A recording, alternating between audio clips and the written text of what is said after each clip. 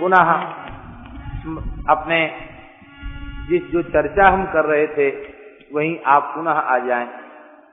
परशुराम पंडित जी ने कहा, बेटी करमेती, तेरे भजन साधन में मैंने आज तक कोई विक्षेप उत्पन्न नहीं किया। बहुत अच्छी बात है। मानव शरीर का एकमात्र फल है भगवत प्राप्ति। नायम देहो देह भाजाम नृलोके कष्टान कामान अर्हते विडभुजाम ये तपो दिव्यम पुत्र कायेन सत्वम शुद्धेद्यस्मात् ब्रह्म सौख्यम त्वनंतम। मैं स्वयं भागवत का उपासक हूं। तेरी भजन की वृत्ति को देख करके मेरे चित्त में अत्यंत प्रसन्नता है, किंतु गौने के समय जब तेरे ससुराल वाले तुझे लेने आए थे उस समय तूने युवावस्था में बिना पूछे अर्धरात्रि के समय ग्रह त्याग करके मेरी तो नाक यहां से कटवा दी। मेरी नाक कट गई। करमेती ने कहा, पिताजी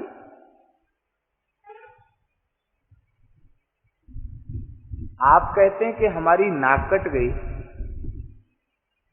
तो नाक कटे तो तब जब होए, आपके पास नाक थी कब जो कट गई? न्याय व्याकरण वेदांत मीमांसा आदि विविध विषयों के एक शास्त्रार्थ महारथी अपने विद्वान पिता से एक भक्त पुत्री कह रही है कि पिताजी आपके पास नाक थी कब जो कटे? अरे जिसकी नाक होए तो कटे, और नाक ही नहीं हो तो क्या कटेगी? नक्शा की क्या नाक कटेगी? आपके पास नाक थी कब जो कटी?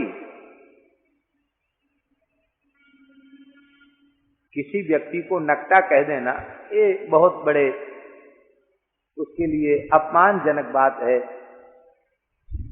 और पुत्री अपने पिता से कह रही है, तुम्हारी नाक थी कब जो कटी? कटे तो तब जब होए। पिता ने कहा कि बेटी मेरी कितनी बड़ी नाक है ये तुझे पता नहीं है। एक तो पवित्र विप्र कुल में जन्म, फिर निष्ठापूर्वक वैदिक धर्म का पालन, त्रिकाल संध्या, वेद के वेदांगों के सहित वेदों का स्वाध्याय, नित्य अग्निहोत्र, और राजस्थान प्रदेश के इतने बड़े बड़े राजा महाराजाओं का मैं राजगुरु, मेरी प्रतिष्ठा, मेरी इज्जत, यहां तक नहीं काशी में मेरा अध्ययन संपन्न हुआ, और काशी से ले तक यहां तक कौन ऐसा भारतवर्ष का विद्वान है जो परशुराम पंडित को न जानता हो? और तुम कह रही हो कि हमारी नाक ही नहीं। करमेती ने कहा, पिताजी उत्तम कुल में जन्म लेना नाक नहीं, वेदों को पढ़ लेना नाक नहीं, वेदांग का पंडित हो जाना नाक नहीं, राजगुरु बन जाना नाक नहीं, योग ध्यान जप तप समाधि आदि का आश्रय लेकर सिद्धियों को प्राप्त कर लेना ये भी जीव की नाक नहीं है, क्योंकि सिद्धियां भी जीव को भगवत प्राप्ति से वंचित कर देती हैं।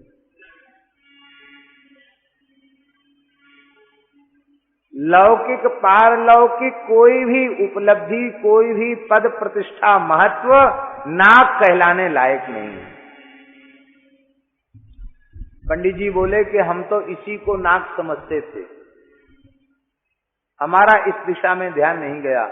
अब तुम ही बताओ, जब ये नाक नहीं है संसार में तो इसी को नाक माना जाता है। आदर प्रतिष्ठा इज्जत सम्मान इसी को नाक माना जाता है, और जब यह नाक नहीं है तो फिर तुम बताओ नाक है क्या? आहा।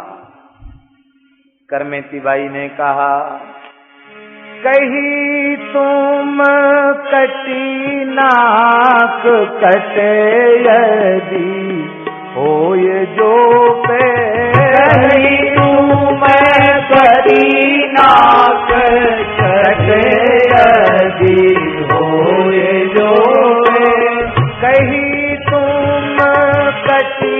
नाक कटे यदि होए जो पे कहीं तुम कटी नाक कटे जो होए जो पे नाक एक भक्ति नाक लोक में न पाई नाक एक भक्ति नाक लोक में न पाई नाक एक भक्ति नाक लोक में न पाई नाक एक भक्ति नाक लोक में न पाई।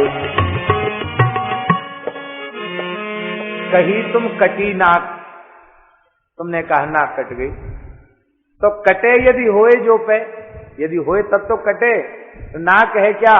बोले नाक एक भक्ति, नाक एक भक्ति, एकमात्र भक्ति ही नाक है। क्यों? बोले नाक लोक में न पाइए।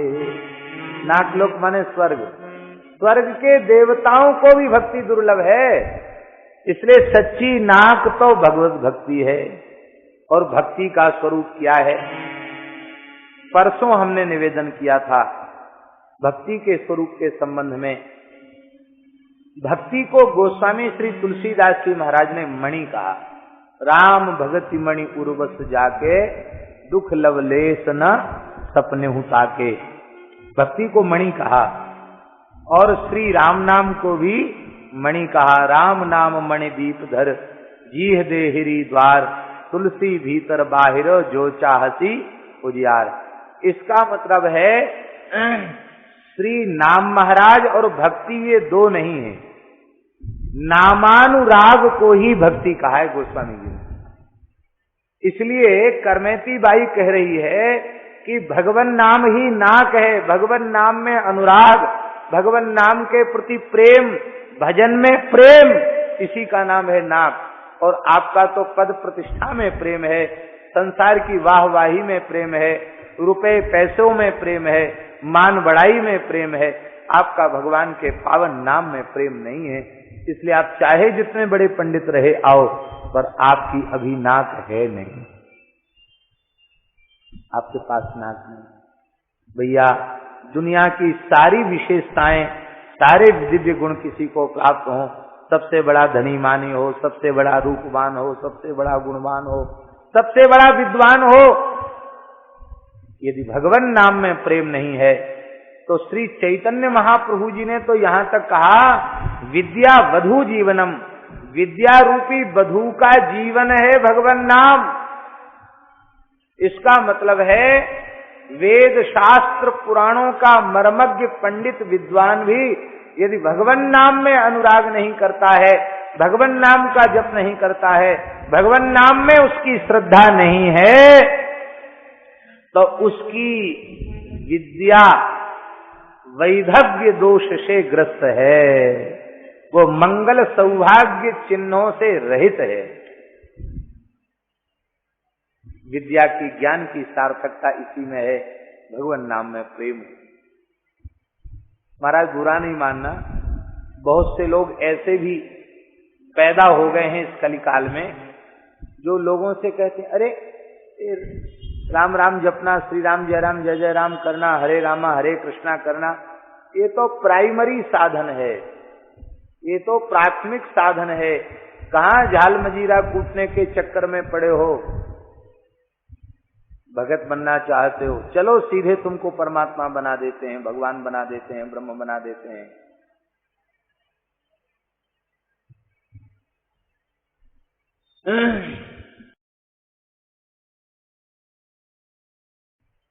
चलो अर्ध सत्य के रूप में एक अंश में हम स्वीकार कर लेते हैं, उनकी पूर्व पक्षी की बात को स्वीकार कर लेते कि चलो कोई बात नहीं, ठीक है, आपकी बात अपने स्थान पर ठीक है। पर हम ऐसे कुतर्क करने वाले महानुभावों से प्रश्न करें कि भैया आपने तो एक तरफा घोषणा कर दी कि ये प्राथमिक साधन है। ये तो बेचारे जो मंदमती हैं, वेदांत में, ज्ञान में, दर्शन में जिनका प्रवेश नहीं है, आत्मा परमात्मा का स्वरूप समझने की सामर्थ्य जिनमें नहीं है, उनके लिए कह दिया, मंद साधकों के लिए कह दिया, भैया श्री राम जय जय राम करो। यदि ऐसी बात आप कहते हो तो हमारा ऐसे कुतर्क करने वाले महानुभावों से निवेदन है कि आप सुखदेव जी को प्राइमरी साधक मानते हैं कि सिद्धावस्था का साधक, और कीर्तन भक्ति के आचार्य सुखदेव जी, वैयास के कीर्तन भक्ति के आचार्य सुखदेव जी हैं। नवदा भक्ति में संकीर्तन भक्ति के आचार्य श्री सुखदेव जी महाराज। वैयास की कीर्तने श्री सुखदेव जी महाराज कीर्तन भक्ति के आचार्य हैं। नारद जी को क्या समझेंगे? प्राइमरी साधक समझेंगे? अरे भाई, नारद जी से बड़े ज्ञानी हो गए हो तुम। नारद जी क्या करते हैं? श्रीमन नारायण नारायण नारायण, श्रीमन नारायण नारायण नारायण, भजमन नारायण नारायण नारायण, नारायण नारायण नारायण, लक्ष्मी नारायण नारायण नारायण, लक्ष्मी नारायण नारायण नारायण, श्री हरि नारायण नारायण नारायण, श्री हरि नारायण नारायण नारायण, भजमन नारायण नारायण नारायण, भजमन नारायण नारायण नारायण।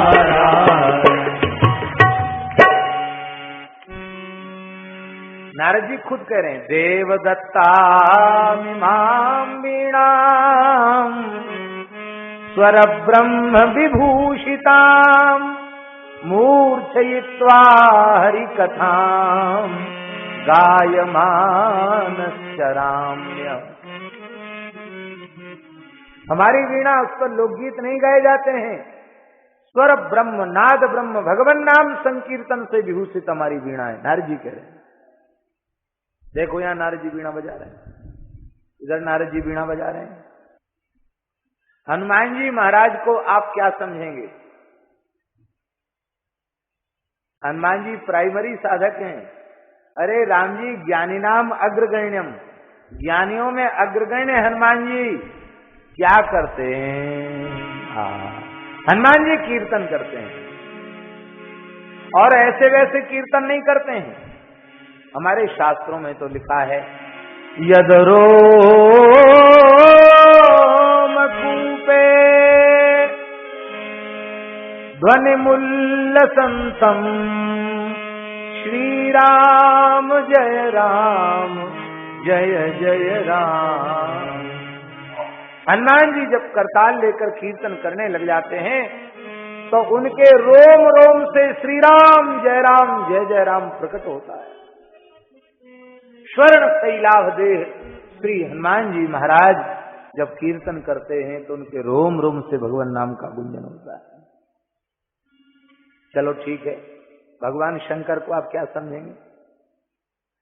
तुम पुनि राम राम दीन राखी, तुम पुनि राम राम दीन राखी, सादर जपऊ अनंग अराखी, सादर जपऊ अनंग। अब उन महानुभावों से आप पूछिए, आप नारद जी से बड़े हो गए, सुखदेव जी से बड़े हो गए, सनकादिकों से बड़े हो गए।